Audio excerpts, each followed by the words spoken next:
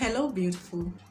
Today I'm going to be talking about the common mistakes that we make when it comes to makeup techniques that we use. As we get older, our skin gets matured, and it keeps changing, at which it will get to a point that the changes will be visible. You are in luck if you have started a good skincare routine right from maybe when you are in your early 30.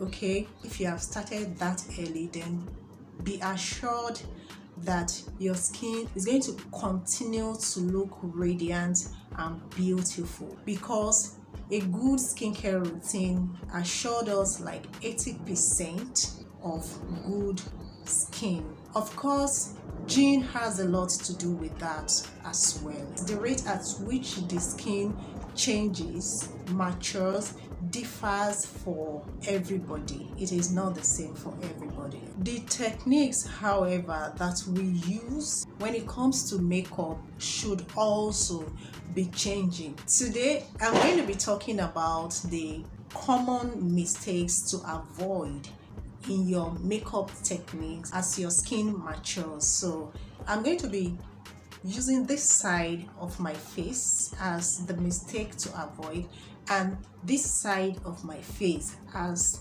the right thing that you should be doing now. I'm going to be cleaning my face first before the application. Cleaning of the face is one of the first things that you want to do when you're preparing your face for makeup. All right, you want to make sure that you are working on a perfectly clean canvas, which is your face in this regard, before any other thing. Another thing you should bear in mind is that when it comes to matured skin, the pores on the skin tends to get wider, and so if you are the type that has oily skin, then the oil is going to come out more. Matured skin tends to become drier, so you want to make sure that you are applying moisturizer to your face before you apply makeup. I'll be using my vitamin C, Dr. Rachel Vitamin C.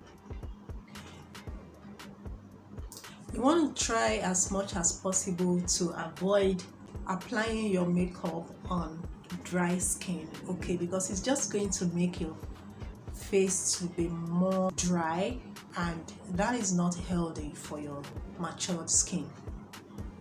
You want to make sure that it is well absorbed into your skin before you apply the next thing. And the next thing I'm going to be applying is face primer.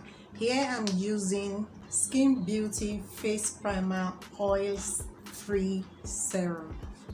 Another thing that you want to take note of is that if you have an oily skin, you want to try as much as possible to control the rate at which the oil break out. And so I'm going to be applying this on my face. This area, here and here is where I normally apply it, so I'm going to use my hands to spread it out.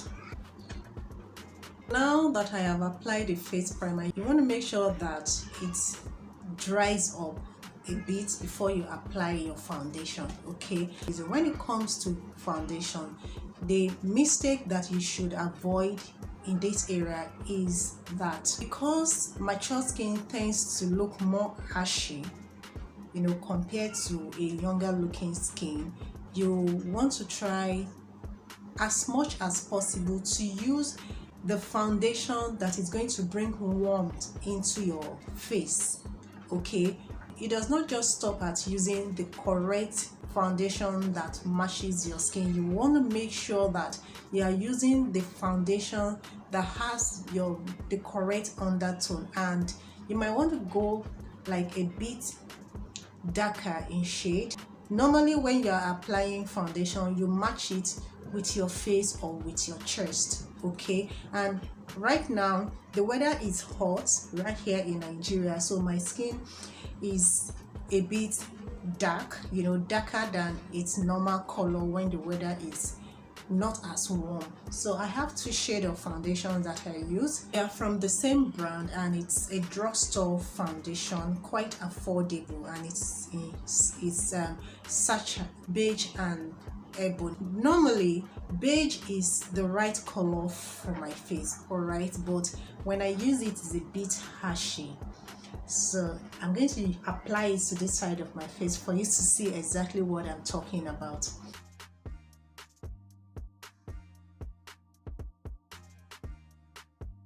So when it comes to foundation, any type that you want to be using, you don't want to go too heavy handed.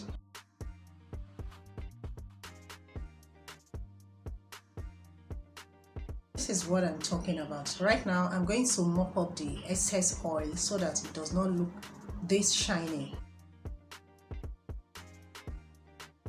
On this side of my face, I'm going to be adding a little bit of ebony foundation into the beige shade foundation, just to bring in more warmth into it. It's going to be a bit darker. And I'm also going to be adding this foundation that has a little bit of yellow undertone. I have a video somewhere that talked about undertone, that is knowing the right foundation and concealer that matches your undertone, that is going to make your makeup to look more natural. I'm going to be adding yellow undertone, okay, to it. I'm going to be adding a bit of the ebony to it as well.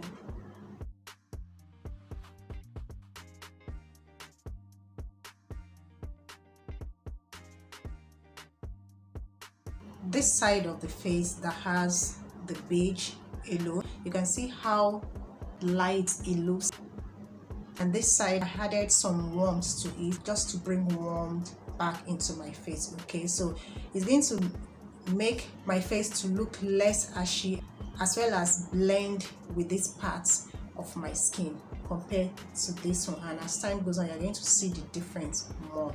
So moving on to eyebrow. Most of the time I see people drawing their eyebrow in such a way that they just kind of rule the line.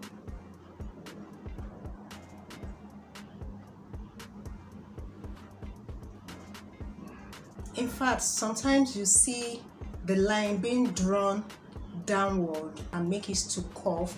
This kind of make your face to look, number one, reduce the space between your eyebrow and your eyelid, and then it's going to make your face to look droopy. What you should be doing, however, is that number one, you want to make sure that you just fill in your eyebrow instead of shading over it. Use your spoolie if you have one you use, but I'm going to be using this to brush out the eyebrow. All you need to do is just to draw like a sharp tail instead of just dropping the eyebrow downward where your eye stops. Like when you draw it upward, this is where your eye stops, so that you don't curve it in like this is done. The next thing is the eyeshadow that we apply. When it comes to the eyelid, for matured skin, the eyelid tends to be darker than the other part of our face, and so what you should be doing is to apply the eyelid primer. Whichever one that you use, whichever one that is suitable for you, is what you should be using. What I'm going to be using is LA Pro concealer in shade 4. This particular shade is like a shade lighter than my normal skin, and I prefer it that way most of the time. In this area, I'm not going to be applying eye primer at all. Another thing the eye primer does is that it kind of fill the wrinkle and make it to appear smoother. I'm going to be using this color.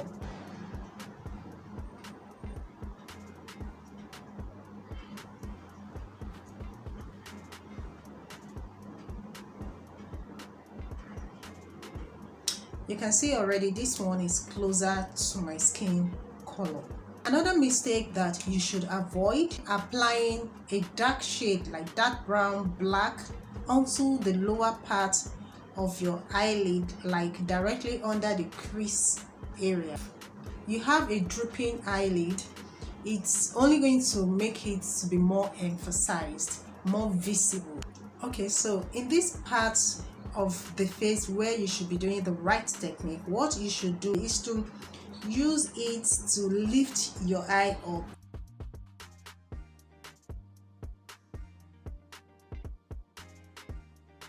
So this is what I'm talking about. The way the dark eyeshadow is used to lift up my eye compared to this area where you just apply the dark eyeshadow on this part. This is what you want to be avoiding. When it comes to eyeliner, on this part of the face where you should avoid the technique is that you don't want to do this.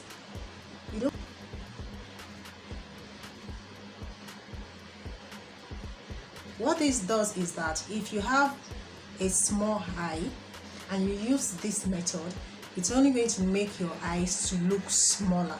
Use the eye pencil to draw the line outwardly in such a way that it lifts your eye and kind of elongate it if that is your intention,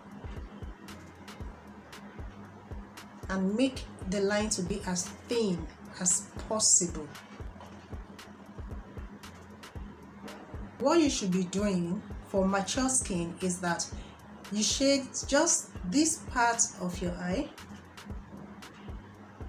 In this part of the eye, the wrinkle is not visible. This particular one will, aside from you not covering the wrinkle parts too much with concealer, is still going to give you a lifting effect. I'm going to blend the two out now. This area is covering like all the under eye, and it's bringing more emphasis and light into that area. So what this technique is going to be doing to you is, if you have eye bag, it's going to be showing more of your eye bag.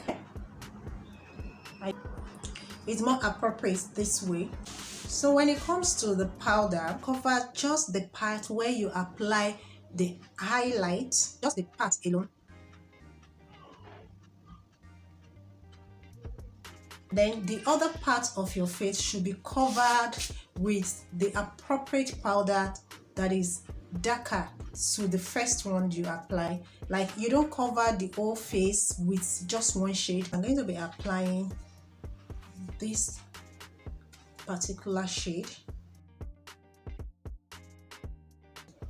The lips, the liner should be done in such a way that it's mild and it does not make your lips to be droopy like what you would do. What I'm going to do here on the parts that you should avoid the technique.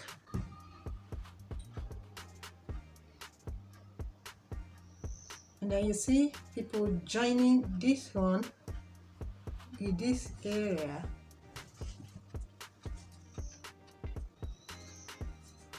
Emphasize the cubic shape if you want, but don't bring it all the way to this place and here.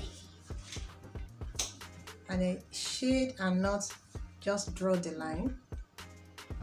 Shade and not draw the line, except you are using the same color of lip gloss or lipstick with the color of the lip liner. Okay, so when it comes to contour, what you want to be doing, what you don't want to be doing at this side of the face is where the contour line is drawn like way too far.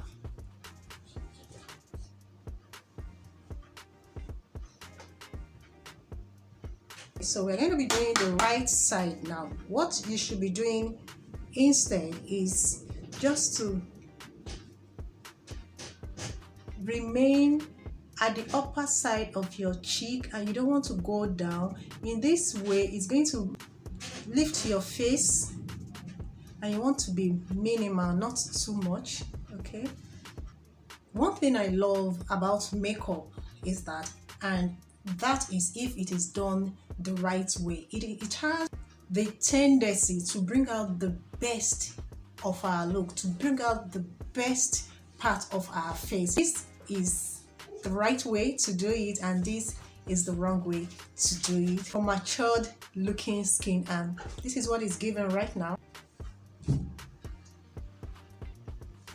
So thank you guys again for tuning in. Stay blessed, stay beautiful, and I'll see you in my next video. Bye.